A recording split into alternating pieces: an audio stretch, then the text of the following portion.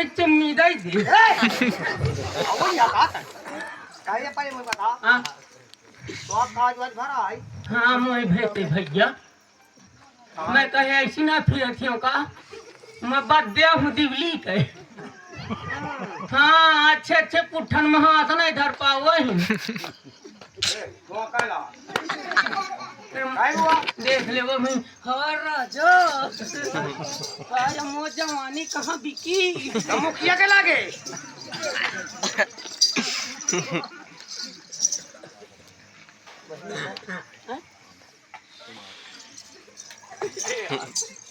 हाँ ये हमारे आ गए मुखिया भैया कहा थे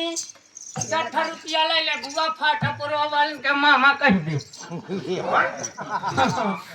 अब मामा मसाई चिकट लेके आई हो कौन दिन तो नहीं कितना और कहना है बता दो ना